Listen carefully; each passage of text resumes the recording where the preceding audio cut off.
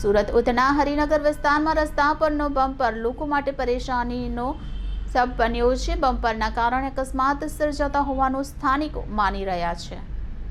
ઉધના વિસ્તારમાં આવેલ હરિનગરના પેટ્રોલ પંપની સામે બમ્પરથી સ્થાનિકો પરેશાન થઈ રહ્યા છે। વારંવાર મનપાના ઉધના ઝોન ખાતે ફરિયાદ કરતા આજ દિન સુધી કોઈ નિકાલ નહીં આવતા સ્થાનિક રોડ પર આવી ચિંતા જતાવી હતી। બમ્પરના કારણે વાહન ચાલકોનો જીવ જોખમમાં આવતા મનપાના ઉધના ઝોનના અધિકારીઓના પેટનું પાણી હલતું નથી। શું કોઈ મોટી ગંભીર ઘટના થાય તો જવાબદાર કોણ, તે પણ એક સવાલ। ચલો, આપનું નામ? મારું નામ છે ઇલિયાસભાઈ વલીભાઈ મુલતાની। ઇલિયાસભાઈ, શું સમસ્યા છે? કઈ રીતની અહીંયા જે ગાડીઓ જાય છે કઈ રીતના અકસ્માત થાય છે અને કોના દ્વારા અકસ્માત થાય? આ બમ્પરના કારણે છે ને જેટલી બી ગાડી રાતે જાય છે ને એને બમ્પરના નાથી પટ્ટા દેખાતા એ ગાડી બિચારા ઉછળીને લોકો પડી જ જાય છે। એમાં કેટલી મોત બી થઈ ગઈ છે। પોલીસવાળાને બી ખબર છે કે કેટલા એક્સિડન્ટ થાય છે। ઓનલાઈન કમ્પ્લેન બી બહુ આપેલી છે ને આ બમ્પર હટી જાય તો એક્સિડન્ટ અકસ્માત ઓછું થઈ જશે। અત્યાર સુધીમાં કેટલા અકસ્માત થઈ ચૂક્યા છે? કેટલો ગાડીઓ કમથી કમ બી રોજના જ થાય છે। રોજ રાતે અમારું ઘર સામે જ છે। રોજ રાતે જોરથી અવાજ આવે છે। ઊંઘમાંથી ઉઠી જાય છે બ્રેક મારવાના। કેમ બમ્પર કેમ નહીં દેખાવામાં આવતું? એનું કારણ આ લાઇટના રિપ્લેસના કારણે આ પટ્ટા દેખાતા નથી આ લોકોને। એ કારણે ડાયરેક્ટ ફાસ્ટ ગાડી આવે છે અને ગાડી ઉછળીને પડી જાય છે, પલટી ખાઈ જાય છે। બાઇકવાળા તો પડી જ જાય છે। આના લઈને કોઈ સ્થાનિક ધારાસભ્ય, કોર્પોરેટર તમે જાણ કરી?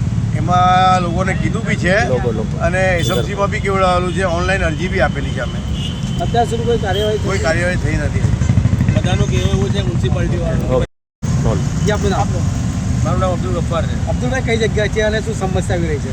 આ હરિનગર એક Udhna main road Naira petrol પંપની સામે આ બમ્પરનો સવાલ છે। અહીંયા આ જે પ્રોબ્લેમ છે એનું કારણ એ છે કે રાત્રે રોજ ગાડીઓ જમ્પ થાય છે, લોકોને દેખાતું નથી। 4 વ્હીલર 2 વ્હીલર 3 વ્હીલર મહિનાની અંદર 25-30 અકસ્માત એનું પક્કું જ છે। રોજના એક થાય છે।